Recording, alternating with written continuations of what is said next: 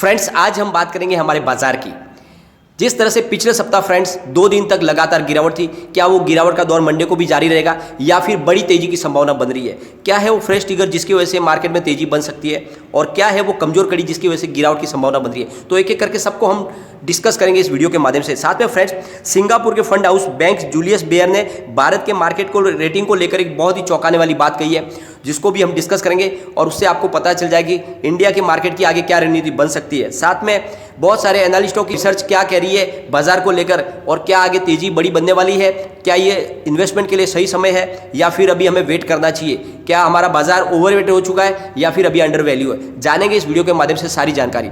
Friends, पूरा completely video देखें तो आपको टोटल जानकारी समझ में आ जाएगी और आप अपने हिसाब से रणनीति सेट कर सकते हैं कि मंडे को आपको क्या खरीदारी करनी है। लेकिन फ्रेंड, उससे पहले अगर आप पहली बार हमारे चैनल पे आए तो चैनल को सब्सक्राइब कर दीजिए, एक बेल आइकॉन दबा दीजिए ताकि जब भी नया वीडियो बने पहला नोटिफिकेशन आपको मिले। चलो फ्रेंड्स, वीडियो स्टार्ट करते हैं। मैं हूं आपका दोस्त SB दवे और हमारे अपने चैनल ऑनलाइन कमाई में आपका बहुत बहुत स्वागत है।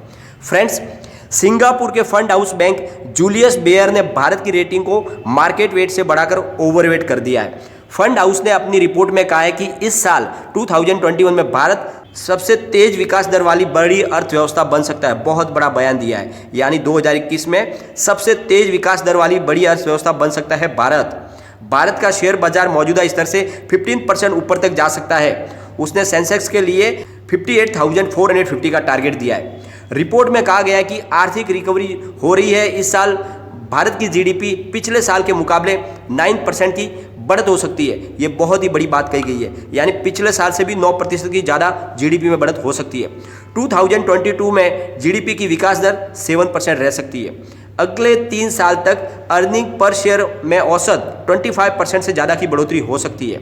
यदि ऐसी तेज विकास दर के माहौल में भी यदि शेयर बाजार गिरता है तो यह अभूतपूर्व घटना होगी। तो उनके कहने का मतलब है कि इस समय बाजार में गिरावट की संभावना नहीं है, यानी लगातार तेजी जारी रहेगी हमारे हिंदुस्तान के बाजार में। वैज्ञानिकों के मुताबिक देश के अधिकांश हिस्से में हर्ड इम्यूनिटी तैयार हो गई है। शायद इसी वजह से कोरोना संक्रमण के रोज नए मामले सितंबर के करीब 1 लाख से घटकर अभी 15,000 से भी कम पर आ गए हैं, यानी लगातार कोरोना के केस कम हो रहे हैं। जहां कोरोना महामारी का ज़्यादा जोर है वहां अभी लॉकडाउन चल रहा है। इसके बावजूद भी पिछले साल मार्च से जुलाई तक के लॉकडाउन के दौरान शुरू हुई रिकवरी अभी तक लगातार जारी है।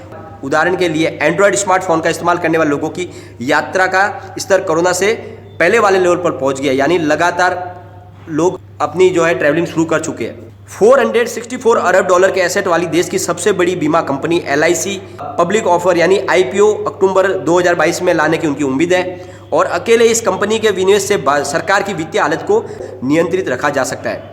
बजट में सरकारी उपक्रमों के बेकार या गैर प्रमुख परिसंपत्तियों को, खासकर जमीन को बेचने के लिए स्पेशल पर्पस व्हीकल बनाने की बात कही गई है। इनमें अधिकतर जमीन अच्छी जगहों पर है जिनसे ज़्यादा फायदा निकल सकता है। आर्थिक विकास में भी इसका लाभ मिलेगा।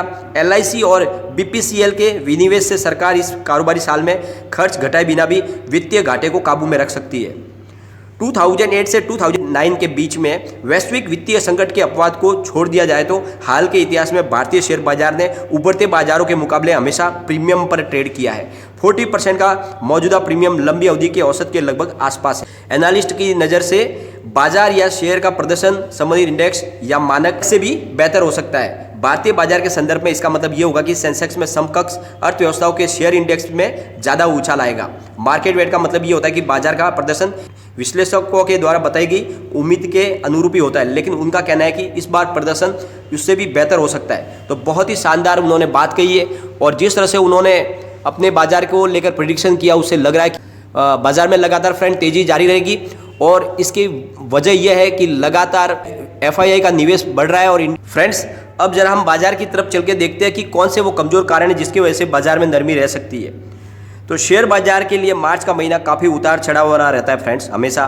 2021 में निवेशकों को इस महीने अब तक करीब 3% का रिटर्न मिल चुका है, लेकिन पिछले साल कोरोना के चलते निवेशकों को करीब 23% का लॉस हुआ था। एक्सचेंज डेटा के मुताबिक पिछले 10 साल में मार्च के महीने में बढ़त और गिरावट का ट्रेंड जारी रहता है। इस दौरान निवेशकों को करीब 10 में से 5 बार पॉजिटिव रिटर्न मिला है। मार्च 2016 में निवेशकों को सबसे ज़्यादा 10% का रिटर्न मिला था, और 2011 में 9% का रिटर्न मिला था, और 2019 में 7% का रिटर्न मिला था, जबकि मार्च 2020 में 23% का लॉस हुआ था कोरोना की वजह से। हालांकि फरवरी महीने में 2021 में निवेशकों को करीब 6% का रिटर्न मिला बाजार से। आने वाले दिनों में फ्रेंड्स बाजार की दिशा काफ़ी कुछ अमेरिकन बॉन्ड यील्ड और इंटरनेशनल ऑयल मार्केट के कच्चे तेल की चाल पर रहेगी, और इसी का नतीजा है कि पिछले हफ्ते शेयर बाजार में लगातार 2 दिन से गिरावट है। और LKP सिक्योरिटीज के रिसर्च हेड एस रंगनाथन के मुताबिक बॉन्ड यील्ड और तेल में प्राइस के बढ़ने की वजह से शेयर बाजार में बिकवाली हो रही है, क्योंकि लोगों का रुझान अब ऑयल और बॉन्ड यील्ड की तरफ ज़्यादा झुकाव हो रहा है। और फ्रेंड्स कोटक सिक्योरिटीज की रश्मि ओझा का मानना है कि मार्च में भारी उतार चढ़ाव देखने को मिल सकता है। शेयर बाजार की चाल ग्लोबल संकेतों के ऊपर निर्भर होगी, क्योंकि बजट के बाद बाजार में कोई भी बड़ा फ्रेश ट्रिगर नहीं मिल रहा है, बड़ा ट्रिगर।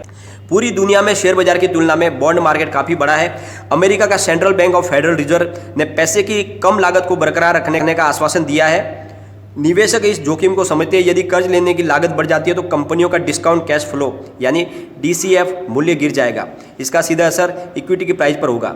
यह एक निगेटिव एलिमेंट है जो इक्विटी यानी शेयर बाजार में अपना प्रभाव दिखाता है। फ्रेंड्स मार्केट एनालिस्ट ने बीच बीच में आने वाली गिरावट को एक हेल्दी बुल मार्केट का हिस्सा बताया। ऐसे में निवेशकों को लॉन्ग टर्म के लिए किसी भी गिरावट में खरीदारी की सलाह दी गई है।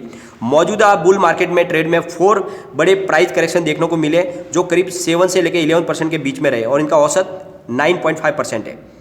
और विदेशी निवेशक यानी FII ने पिछले मार्च महीने में बाजार में करीब 60,000 करोड़ निकाले थे, जो अब नेट बायर बने नजर आ रहे हैं, यानी अब लगातार FII फिर से बायर बनी हुई है। और इस मार्च करीब महीने के आंकड़ों को देखें तो पिछले 10 साल में से 6 साल घरेलू बाजार में FII ने लगातार बिकवाली की है, लेकिन इस बार वो बायर बने हुए। तो फ्रेंड्स सबसे बड़ी बात जो है कि अभी जो बाजार में है वो माहौल तेजी का बन सकता है, क्योंकि उसके पीछे वजह यह है गोल्ड की प्राइस लगातार गिर रही है, और इस वजह से जो जिसने भी गोल्ड में इन्वेस्टमेंट किया उसका जो है अब नज़रिया चेंज होगा, वो मार्केट की तरफ इन्वेस्टमेंट कर सकते हैं। लेकिन एक दूसरी जो कमज़ोर कड़ी है वो है अमेरिकन यील्ड बॉन्ड की। उसकी प्राइस में बढ़ोतरी हो चुकी है, और इस वजह से लोगों का रुझान थोड़ा उस तरफ भी जा रहा है। तो इसकी वजह से थोड़ा सा सेंटीमेंट लोगों का बाजार को लेके नरम हो सकता है। लेकिन जिस तरह से फिलहाल माहौल बना हुआ है, मंडे के दिन पॉजिटिव ओपनिंग हो सकती है, लेकिन वो कितनी देर तक सस्टेन रहती है वो समय बताएगी, क्योंकि थोड़े फ्रेश ट्रिगर भी होने चाहिए, और बाजार से कोई पॉजिटिव न्यूज़ निकल कर आएगी तो उसकी वजह से और बड़ी तेज़ी बन सकती है। लेकिन लगातार जो सिग्नल कह रहे हैं कि वो पॉजिटिव ओपनिंग होगी बाजार की, और आपको अच्छे फंडामेंटली स्ट्रॉन्ग स्टॉक के अंदर ही इन्वेस्टमेंट करना चाहिए और लॉन्ग टर्म का नजरिया रखें। फिलहाल आपको शॉर्ट टर्म्स में इन्वेस्टमेंट करने से बचना चाहिए। आपको थोड़ा सा लॉन्ग टर्म नजरिया रखें, और फंडामेंटली मजबूत स्टॉक के अंदर इन्वेस्टमेंट करने का सही समय है। और काफ़ी थोड़ा सा छोटा करेक्शन भी अगर आता है तो आपको अच्छे स्टॉक मिले तो उसमें निवेश कर लेना चाहिए, और आपका नजरिया लंबा रखे तो आने वाले समय में आपको बहुत अच्छा प्रॉफिट मिल सकता है। और आने वाले समय में एक बात का ध्यान रखिए, अब रिलायंस इंडस्ट्रीज में नई तेजी बनने की शुरुआत होगी, और अपने बाजार को फ्रेश ट्रिगर दे सकता है रिलायंस इंडस्ट्रीज।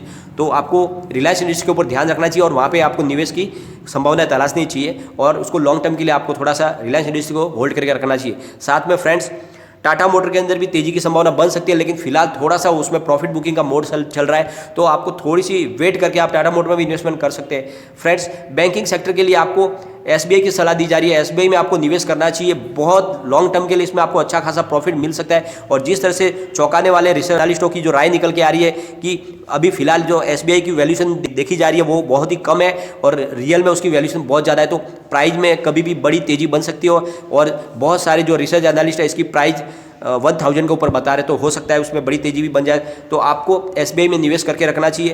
तो इस तरह से जो मजबूत स्टॉक है उनमें आप लगातार निवेश करें, और आपको अब इस समय आपको ज़्यादा करके फार्मा सेक्टर के भी अंदर निवेश करना चाहिए। बहुत अच्छा उनका आगे आने वाले समय भविष्य दिख रहा है, तो अच्छे फार्मा सेक्टर के स्टॉक के अंदर भी आप निवेश कर सकते हैं। साथ में आपको फाइनेंशियल सेक्टर के जो भी अच्छे स्टॉक है उनमें निवेश करके रखना चाहिए, क्योंकि आने वाले समय में इनमें तेजी की संभावना पूरी बन रही है, और आप अपने हिसाब से निर्णय फ्रेंड ले सकते हैं। लेकिन फ्रेंड कोई भी इन्वेस्टमेंट करने से पहले अपने फाइनेंशियल एडवाइजर से एक बार एडवाइस ले ले, या अपना खुद का रिसर्च करें, क्योंकि मैंने वीडियो आपके एजुकेशनल पर्पज के लिए ही बनाया। वीडियो पसंद आए तो लाइक शेयर जरूर कीजिए, और चैनल को सब्सक्राइब कर दीजिए। Thank you.